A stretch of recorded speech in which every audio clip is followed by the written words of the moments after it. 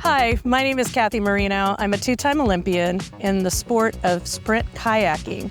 And kayaking has three different parameters to it. You can kayak solo, doubles with two people in a boat, or four people in a boat called the K4.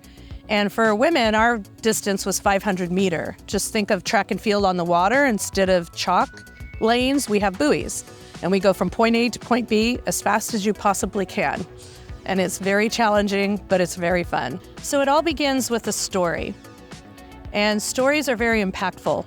In fact, the NBC, ABC Sports, Olympic Sports Desk found that if they told the story of the Olympians, that it would compel the audience to watch the Olympic Games and to bond with them in a way that they'd want to follow along. So the story of my story is that I watched a movie. I watched a movie called The Other Side of the Mountain with Jill Kinmont, and it was about the story of an Olympic hopeful in the 50s who was a downhill snow skier. And she never made it to the Olympic Games. She blew out of a gate at the Olympic trials, fell off a cliff, and she became a quadriplegic. But her story didn't end there. That was just the beginning.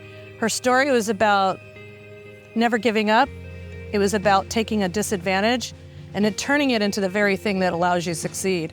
She may not have won medals, but she found that in her life, working with inner city kids, Bishop at the base of Mammoth Mountain, that provided her the most meaningful impact to tell her story to those children and to impart some of the story I'm going to tell you today.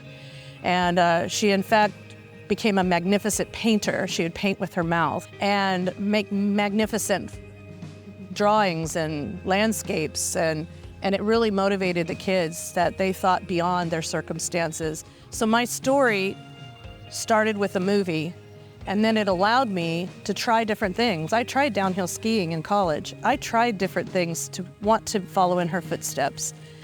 And eventually, as I was outrigger canoeing, I found the sport of kayaking. So when I found kayaking, the trajectory from just learning to becoming proficient was very fast. I think it was because I was also training for the fire department, I was outrigger canoeing, and I was kayaking. I was doing all three. And they all kind of parlayed into each other. I started in '80 when the boycott happened. And that threw me off. I became a firefighter in '81. And then that experience helped me to win the nationals. And then I got sixth in the world in 1983 at the World Championships in Tampere, Finland. That was a great promise of hope because the '84 games were coming to Los Angeles. Much like the 2028 games are coming here in Los Angeles, it was an opportunity to have the games in our own backyard. But what happened was I tripped and fell helping someone move, and I hurt my shoulder. And I went to the trials, and I remember the other girls like, oh, I don't know what I would do if I didn't make the Olympic team. I don't know, it's everything to me. And I was thinking, this is important, but it's not everything to me. And I think it's because of my faith and the ability to see this not as a deterrence. I was upset when I went to the Olympic trials and I got seventh. I mean, I was just sixth in the world at the year prior, and now I was seventh, and I didn't make the team. So I was upset. However, I knew that with God, anything's possible, and that's been the story of my life. If I have to say one thing, it's like all things are possible with faith. And so I went back and I trained and I won the Olympic trials in '88. So that's my story. And the reason I'm telling you that is because you think you have a trajectory and it has to go on the same path. But what you don't realize oftentimes is there's going to be a block, there's going to be a failure, there's going to be 2 steps backwards. And it's okay, because sometimes failures are the very thing that allow you to step up into success. It also makes you have a hunger and a passion for something that you enjoy and want to do. But I think by my experience, not being able to go and participate in the LA Games in '84 was just something that just burned inside.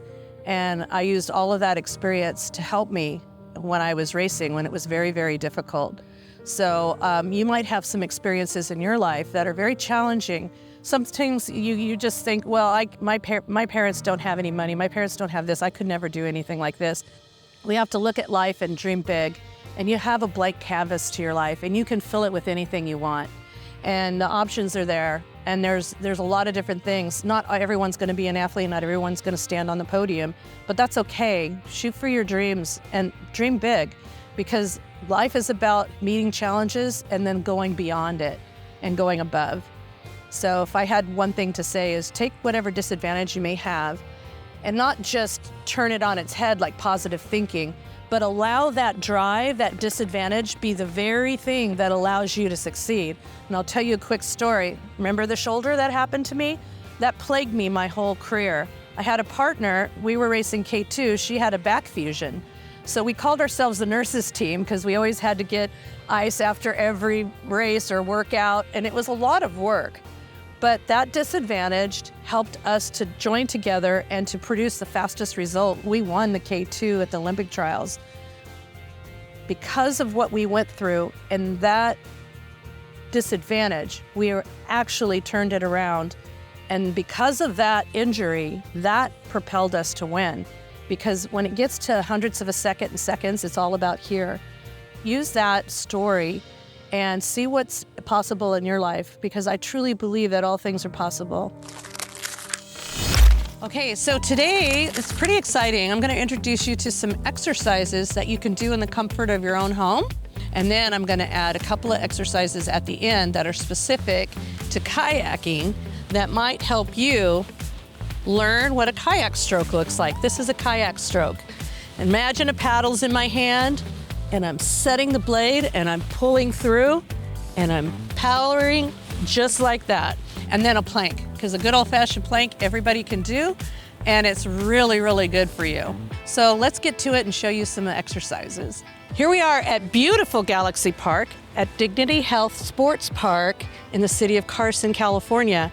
This place is amazing. As you can see, they have all different kinds of pickleball, padella, all different kinds of opportunities for you to try new sports.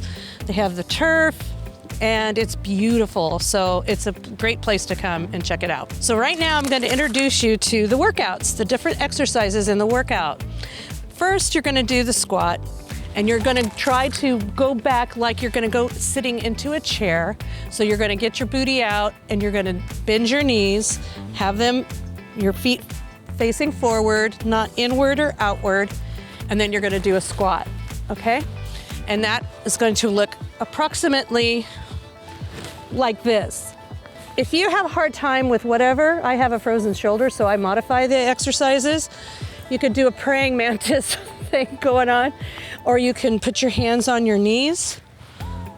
If you have bad knees, you could teach these to your parents and grandparents, because I'm your grandparents' age, and I like exercises that are pretty easy that get my blood going. So these are really fun for the family. Okay, so you have the squat, and then you go into the alternating arm lift, and you can't just go like this. You have to be definitive, you have to punch it, and you're gonna be doing this rather fast. It's gonna be a cadence of 1 second. So you need to stop and control your arms. And then next, you have touching in front and touching at the top. You see I have a frozen shoulder here.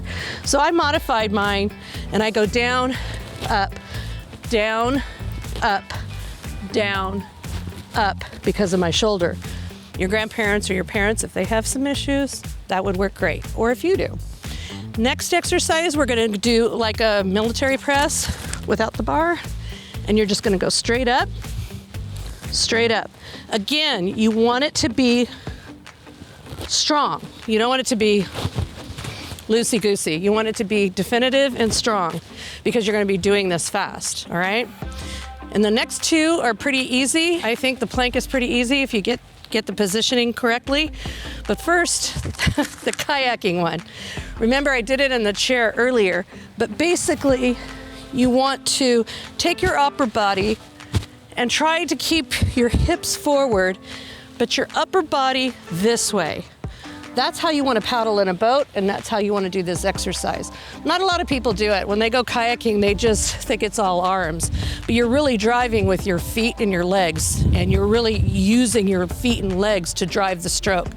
So we're not using the feet or legs, we're just going to stay in this position, but where our upper body is going to be moving while our lower body's fixed, right? And so I'm going to punch straight forward, alternating my upper body this way and that way. This is a really great exercise for your hips, for your arms, for your back, for everything. And it's something that you can practice now on the dry land and put it in the boat when you go in a boat or go out kayaking for your own enjoyment. So it's pretty awesome. And then the last thing is the plank. And the plank is basically this position, not up, not down, planked. And I don't know if you could see this with the jacket, but basically you want your body in line, and you can just sit here for a while. You can hum a tune, watch a show, or you could just focus on your plank. It's good not to drop your head or drop your arms. You want to stay up and in alignment. And that's all. Then we're going to combine these together, and then we're going to be doing it on a cadence of a second per exercise. So what that looks like is 1, 2, 3, 4, 5, 6, 7, 8, 9, 10. 1, 2, 3, 4, 5, 6, 7, 8, 9, 10. 1, 2, 3, 4, it's fast. 5, 6, 7, 8, 9, 10. 1, 2, 3, 4, 5, 6, 7, 8, 9, 10. Now you're going to do that 3 sets of those, and 10 each, right? And you could do another set of them and another set of them in 3. And then you're good for, then you do it again in the afternoon and again at night. And what that does, makes you out of breath, and it gets your nitric oxide released through your body. And it's akin to what I used to do in kayaking when I do interval training. It helps your anaerobic threshold improve, and it also gives you great cardiovascular health and strength. And then we're gonna parlay that into the kayaking. This is kind of nice because you just did those 3 sets, right? And you could do this for as long as you can. I would suggest 2 minutes and just keep doing it. Maybe bend your knees so you don't end up doing something funky with your legs. And then you could just practice punching. Make sure your torso's moving from side to side. And that's the kayak stroke. Then you could do the plank on your own, however many minutes. You could start small, start 30 seconds, then go to a minute. As you get stronger and stronger, you'll be surprised you can work up to 5 minutes or more. So thanks for joining us, and have a great day. I want to give a special thanks and shout out to the Foundation for Global Sports Development and Sidewinder Films. They've been so generous to have this opportunity to get the message out, so we thank them very much.